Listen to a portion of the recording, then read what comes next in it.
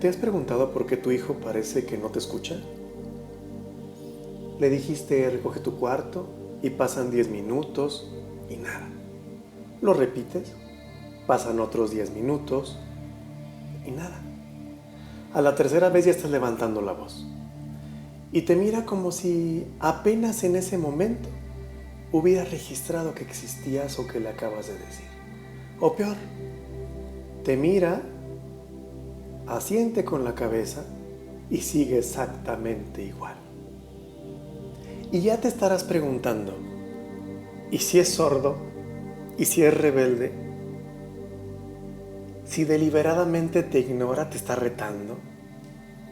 ¿O si ya no tienes autoridad? ¿O si algo de lo que estás haciendo está fallando? Esto es Abraza tus emociones y en este episodio vamos a responder esa pregunta. Y vamos a empezar con algo que va a incomodar un poco. Tu hijo probablemente sí te escucha. El problema es que no está procesando lo que escucha de la forma en la que tú supones que lo está procesando. Y esa diferencia entre escuchar y procesar es donde vive todo el conflicto. El cerebro humano no funciona como una bandeja de entrada de correo, donde llegan los mensajes y se quedan en orden y se atienden de uno por uno, como cuando revisamos los mensajes o el correo.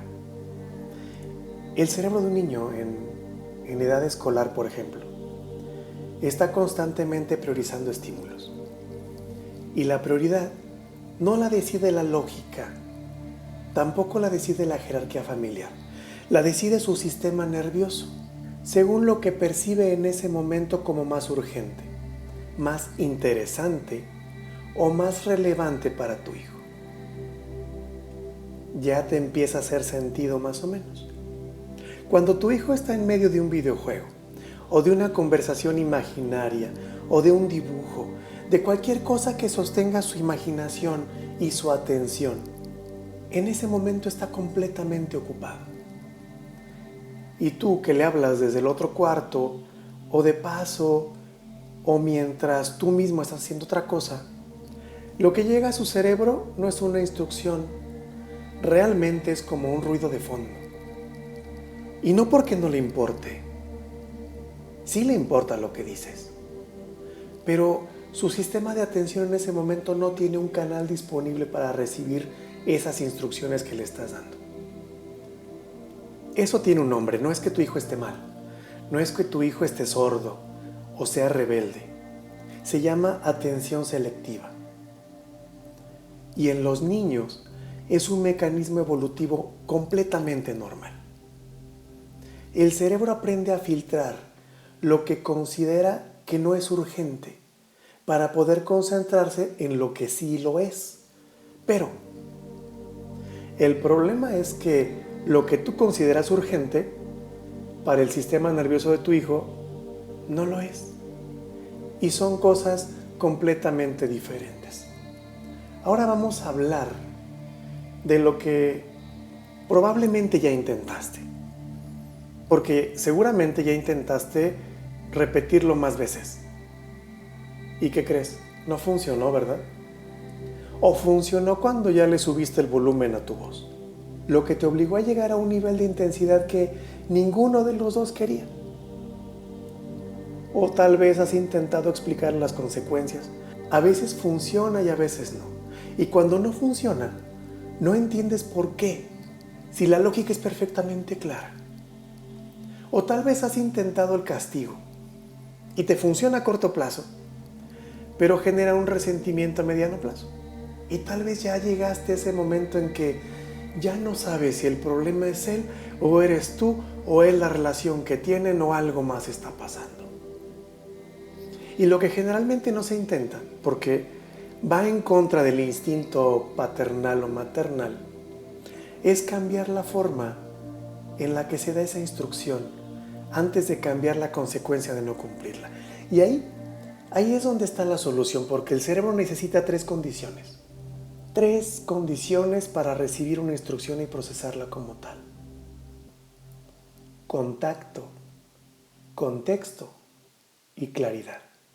Contacto significa presencia real, no desde el pasillo, no desde la otra habitación, no cuando estás haciendo otra cosa, es contacto, ojo con ojo, o al menos estar en el mismo espacio frente a frente con su atención total dirigida hacia ti y que la instrucción salga de tu boca. Esto no es negociable para el cerebro del niño. Sin contacto, la instrucción compite con todo lo demás y generalmente, ¿sabes qué? Pierde. Contexto. Contexto significa que tu hijo sepa por qué. Y no es una justificación larga ni un sermón, es una frase. Es como, vienen visitas más tarde, o necesito que la cocina esté libre, o lo acordamos ayer. El cerebro infantil, y esto está completamente documentado en neurociencia del desarrollo, responde significativamente mejor a instrucciones que tienen un para qué visible, aunque sea mínimo. Y no porque el niño esté negociando tu autoridad, no, sino porque el contexto convierte la instrucción en algo que tiene sentido dentro de su mapa, dentro de su mundo. Y lo que tiene sentido en su mundo se procesa diferente a lo que llega como una orden arbitraria. Y la tercera condición, la claridad. Y esto significa una cosa a la vez. No es una lista. No es, recoge tu cuarto, lávate las manos, baja tu mochila y pon la mesa. Es una.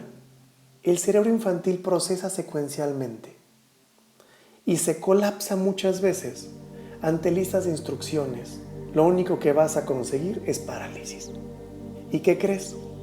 Desde afuera esa parálisis parece desobediencia o rebeldía, pero no lo es. Recuerda, contacto, contexto y claridad. Una instrucción a la vez. Una vez, con esas tres condiciones. Antes de dar una instrucción, acércate físicamente.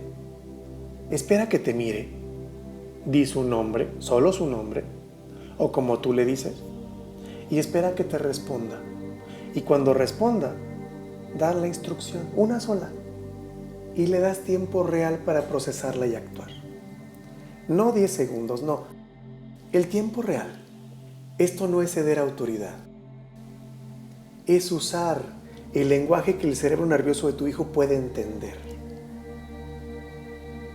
Ahora bien, como ya lo hemos dicho, esto no se manifiesta igual en todos los niños.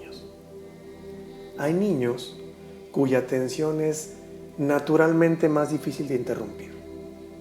Cuando están concentrados en algo, entran en un estado de enfoque tan profundo que literalmente no registran nada de su alrededor. Son esos niños que pueden estudiar y concentrarse con ruido y con música y con ladridos de perros, etc. Ese perfil, el contacto físico es necesario antes de hablar. No es opcional, es la única entrada posible. Porque llamarlos desde lejos es hablar con la pared. Y no porque no quieran escuchar, sino porque no pueden hacerlo en ese momento. Otro tipo de niños escuchan perfectamente, pero procesan lento. Y no es que estén mal, sino que necesitan tiempo entre que reciben la instrucción y el momento en que su cuerpo responde. Y ese tiempo puede ser segundos, puede ser minutos o un poco más. Y eso se interpreta como ignorancia deliberada, cuando en realidad lo que es procesamiento en curso. Con este tipo de niños que tienen un perfil emocional de este tipo, una segunda instrucción antes de que haya terminado de procesar la primera, les causa un cortocircuito. Hay otro tipo de niños que responden perfectamente a las instrucciones cuando están en un buen momento y colapsan ante el mismo tipo de instrucciones cuando se sienten saturados. Y con este tipo de niños la clave no es la instrucción en sí, sino el timing. La misma instrucción a las 10 de la mañana y a las 6 de la tarde puede tener resultados diferentes. Hay otro tipo de niños que te cuestionan antes de actuar. Te preguntan por qué. Ese tipo de niños intentan negociar contigo. Te proponen alternativas. No están desafiando tu autoridad. Están procesando la instrucción a través de un lenguaje antes de poder ejecutarlo. Con este tipo de niños, el contexto no es opcional. Es el motor que activa la obediencia. En los niños más pequeños, la situación es más intensa todavía porque su sistema de atención todavía está en una etapa muy temprana. Y la capacidad de cambiar de foco de atención voluntariamente no está madura todavía. Pedirle a un niño de 3 años que deje lo que está haciendo y que haga otra cosa es pedirle que use una habilidad que el cerebro todavía no tiene disponible en forma consciente. Y ahora, si hablamos de bebés, donde una instrucción verbal no tiene absolutamente peso todavía, lo que funciona no es la palabra, sino el movimiento. No le dices al bebé lo que necesitas que haga. Lo llevas, le muestras, lo haces junto a él. El lenguaje llega después del cuerpo, recuérdalo, siempre. En todos estos casos la pregunta no es cómo lograr que obedezca. La pregunta es cómo llegar a su sistema nervioso de la forma en que ese sistema nervioso específico pueda recibirte. Y eso depende de qué tipo de perfil emocional tenga tu hijo. En Abraza tus emociones contamos con un algoritmo único que analiza cómo está configurado tu hijo específicamente. Su sistema nervioso, su patrón emocional, cómo aprende, cómo le puedes pedir las cosas, cómo reacciona. Y esto no es lo general, es lo específico y específico para tu hijo.